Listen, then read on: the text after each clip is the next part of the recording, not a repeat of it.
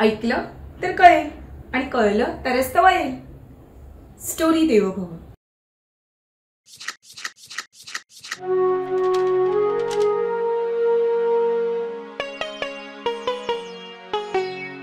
एकदा एक असा उंच डब्बा होता, धान्यांनी भरलेला.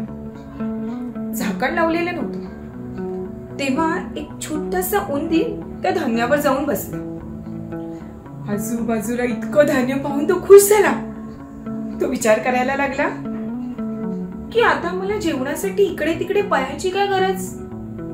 मस्तपैकी याच्यावरच बसून राहणार, खायचं आणि झोपायचं. कशाला करायची मेहनत.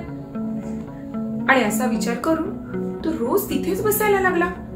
बसायचा, खायचा, झोपायचा. बरेच दिवस असे त्याचे मजेत गेले.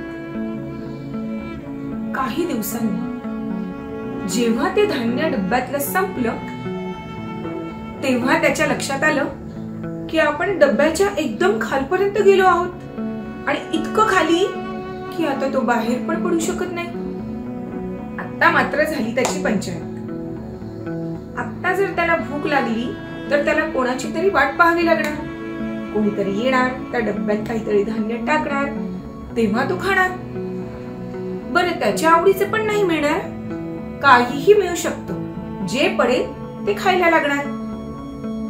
आता त्याचं आयुष्य कोणातरी दुसऱ्यावरच अवलंबून राहिलं.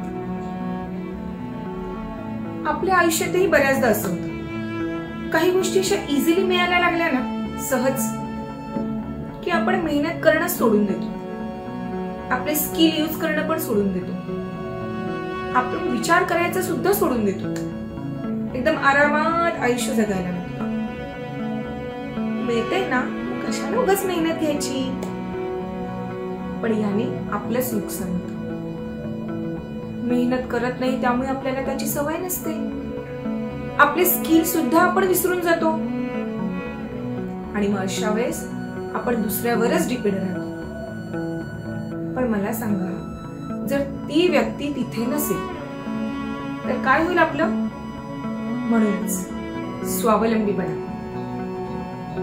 गोष्टी शिका, स्वतः करायला शिका. प्रत्येक नवीन गोष्टी शिकायचा प्रयत्न करा आणि स्वतःच्या पायावर उभे राहा.